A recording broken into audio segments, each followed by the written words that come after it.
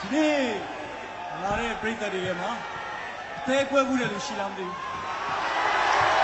ဒီနေ့ပါလို့လက်ပြပါဦးအများကြီးပါလားကျွန်တော်တို့ IC မှာရောတီးတယ်ကိုတွေဘယ်သူအသေးကွဲမှုလဲဝန္ဒနာပိုင်းလက်ပြလို့ဟာရပါမလားကြည့်ရမလို့လားဟုတ်တော့ကိုကတော်တော်အသေးမာတဲ့လူပဲနော်